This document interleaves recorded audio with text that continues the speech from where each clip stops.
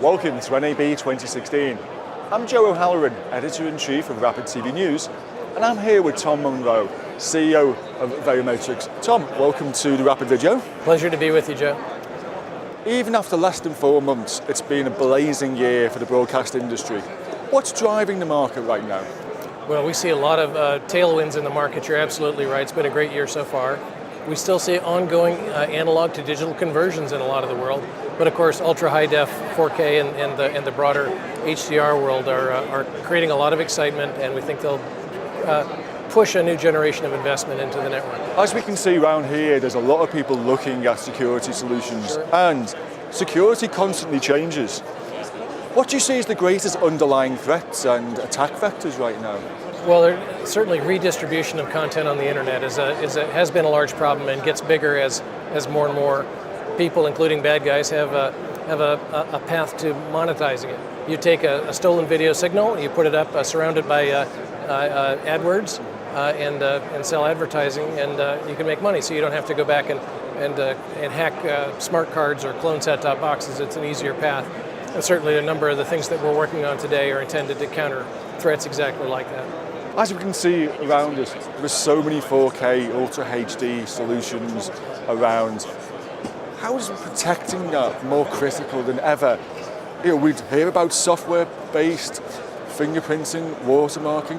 What are the key elements in making sure no one pirates 4K? Well, premium content, premium delivery, and video that is so crisp and clear that it can survive reproduction is obviously an attractive new place for pirates. And then the nature of the solutions have been outlined nicely by the Movie Lab's guidelines, which describe as a great sort of safe harbor about a mechanism to solve, or a threshold for solving these problems.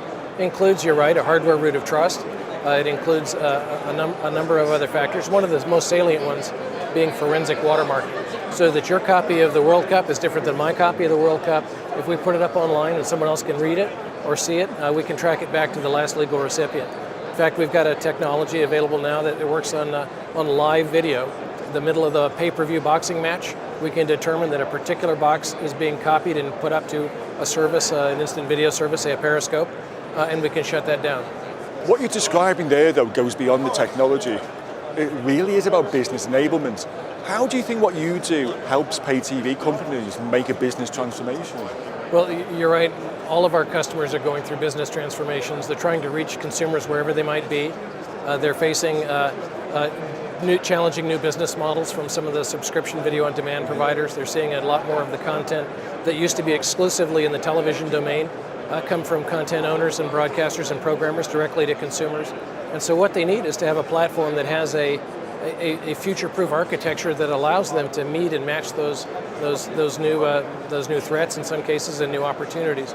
So they need to be able to take what they're doing and put it into, for example, deliver live current video securely to terminal devices, iPads, phones, tablets, game platforms that the subscribers bring. Those amount of platforms just seems to, that list grows longer and longer and longer. Does that make your task harder, do you think?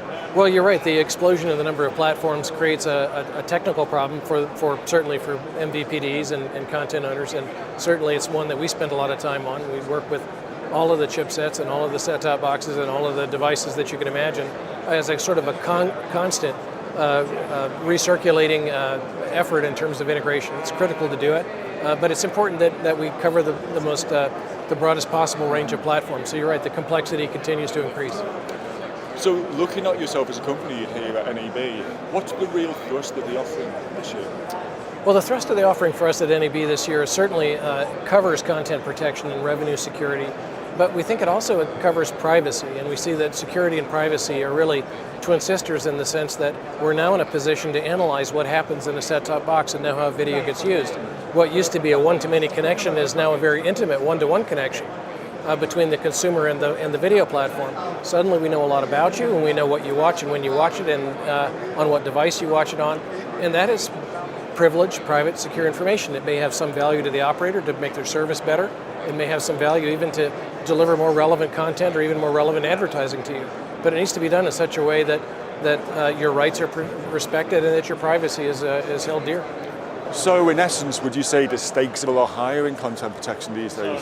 I would certainly say that the stakes are higher in content protection. We see the threshold for technical compliance goes higher, the risks go higher, the value of content goes up, the value of services continues to rise, and the threats are higher than ever. So as a result, absolutely, the stakes are very high and the challenge is there. It's a fun challenge, but it rises every day.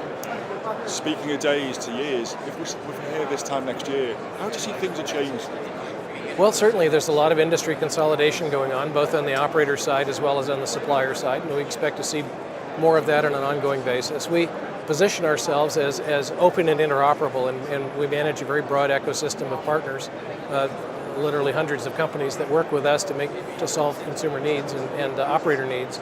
And to the extent that the life continues, we'll see more new ones come in and a lot of consolidation take out some of the names that we're familiar with today.